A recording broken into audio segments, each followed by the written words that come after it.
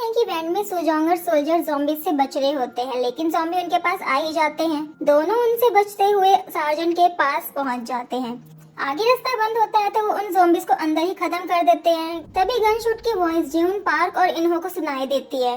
जेउन उन्हें बचाने के लिए जाने लगता है, बट पार्क उन्हें रोक देते हैं। तभी पाओलो आगे चला जाता है तो उसके चीखने की आवाज आती है। इधर योंजू ज़ॉम्बीज को मार मार कर आगे बढ़ती रहती है। वो बहुत सारे ज़ॉम्बीज को खत्म करती है, साथ ही उन्हें मारते मारते वो बातें भी कर रही थी उनसे। वो ज़ॉम्बीज से भागकर स्टेयर्स की तरफ जाती है और वो स्टेयर्स का डोर लॉक कर वहीं बैठकर सो जाती है, क्योंकि वो बहुत ज्यादा थक चुकी थी। यहाँ हम देखते हैं कि पाओलो को ज़ॉम्बी ने काट लिया, तो सोल्जर ज़ॉम्बीज को मारने के बाद पाओलो को ही मारने लगते हैं। तभी इनको आइडिया आता है कि पाक ज़ॉम्बी नहीं बने तो ये भी ना बने शायद। अब वो पाओलो को लेकर उसको अल्कोहल पिलाते हैं, बट उससे कुछ नहीं होता। वो ज़ॉम्बी में कन्वर्ट होता है और उन पे हमला करने लगता है, तो वो उसे नीचे फेंक देते हैं।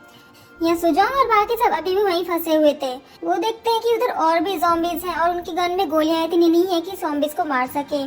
सोल्जर गन को रिलोड करने लगता है तो वो गिर जाती है, जिससे सारे ज़ॉम्बी उनकी तरफ आते हैं। तभी एक आवाज आती है, तो वो उस आवाज को सुन सारे उधर भागने लगते हैं। हमें पता लगता है कि ये पार्क कर रहे थे ज़ॉम्बीज को अटैक करने के लिए, तो पार्क सारे ज़ॉम्बीज को नीचे गिरा देते हैं। अब सुजोंग और बाकी सब भी उधर आते थे। इधर योंजू सपने में चली जाती है। उस जेउन दिखाई देता है जो कि ज़ॉम्बी बनने वाला था, उसे ज़ॉम्बी ने काटा था।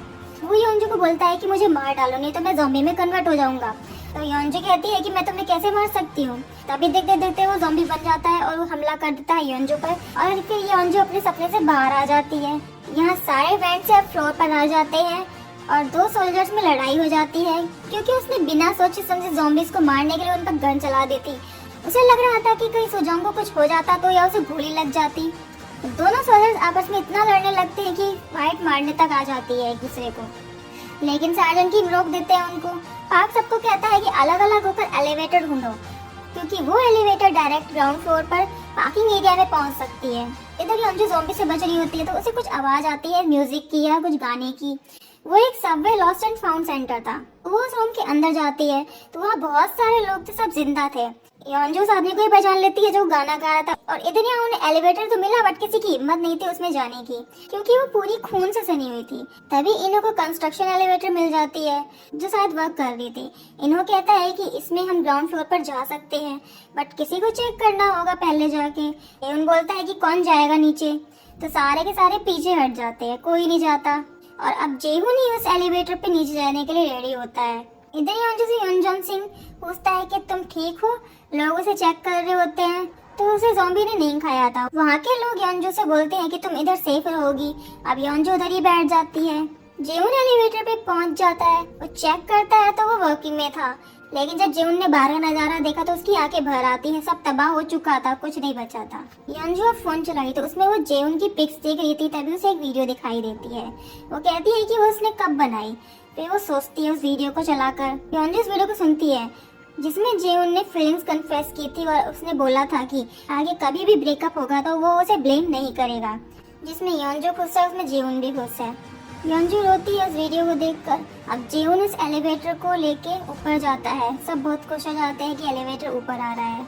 यहाँ योंजू उस रूम में से सारा इम्पोर्टेंट सामान ले लेती है, शूज, स्कूटर, जो भी इम्पोर्टेंट था वो सब लेकर वहाँ से चली जाती है। यहाँ सारे एलिवेटर पे चढ़ जाते हैं और धीरे धीरे नीचे आते हैं। तभी एलिवेटर बीच में अटकने लगता है। तब सुजोंग पूछती है पाक से कि ये कब ठीक हुआ था। पाक को याद ही नहीं था कि ये कब ठीक हुआ था। अब ये एलिवेटर बीच में रुक ही जाता है, तो जेहुन कहता है कि वो मैकेनिकल से है, वो ठीक कर सकता है, लेकिन उसे ठीक करने नहीं आता। और वो एलिवेटर जहाँ रुकी थी वहाँ बहुत सारे ज़ॉम्बीज थे। एक ज़ॉम्बी उनकी तरफ आता है और विंडो पे अपना सर पटकने लगता है, जिससे सारे ज़ॉम्बी उधर आके सर पटकने लगते हैं।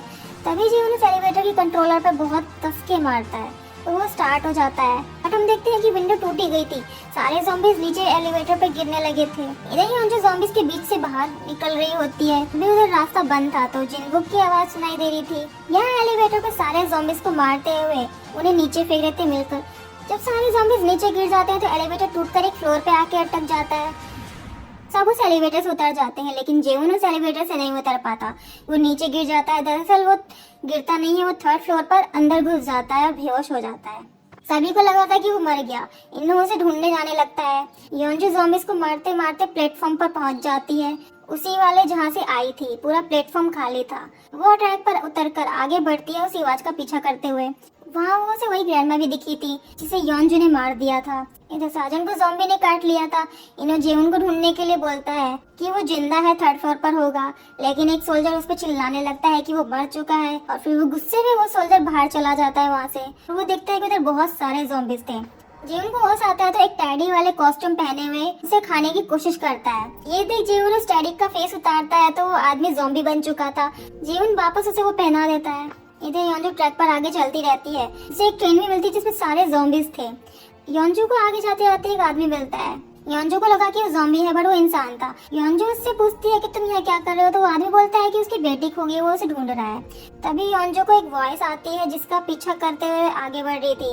हम देखते हैं कि वहाँ सिर्फ अकेला वो आदमी नहीं था, वहाँ और भी बहुत सारे लोग थे, वो सारे गुंडे थे।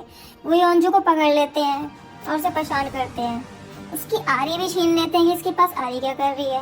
वो सभी अपने सर से पूछते हैं कि इस लड़की का क्या करना है। गुंडा कहता है कि इसको काट डालो और अब सारे गुंडे योंजू को मारने जाते हैं। योंजू उधर से भाग जाती है और फिर वो सब उसका पीछा करते हैं पकड़ने के लिए। योंजू के पास कोई और हथियार भी नहीं था उनसे फाइट करने के लिए। इस तरफ जेउन सबको आवाज देता है पर कोई इसकी आवाज नहीं सुन रहा था। फिर उस टैडी कॉस्ट्यूम वाले ज़ॉम्बीज को देख जेउन को कुछ आइडिया आता है। वो चेक करता है तो उसे कुछ नहीं हो रहा था। वो उस टैडी वाले ज़ॉम्बी को नीचे फेंक देता है चेक करने के लिए कि वो मरा है या जिंदा है। जेउन देखता है कि वो नीचे गिरने के बाद भी उठकर चलने लगता है और अब जेउन भी सेम वैसी कॉस्ट्यूम को पहनकर फ्लोर से नीचे कूद जाता है। और ये एपिसोड यहीं खत्म होता है। मिलते हैं आगे के स्टोरी के साथ। Thank you for watching.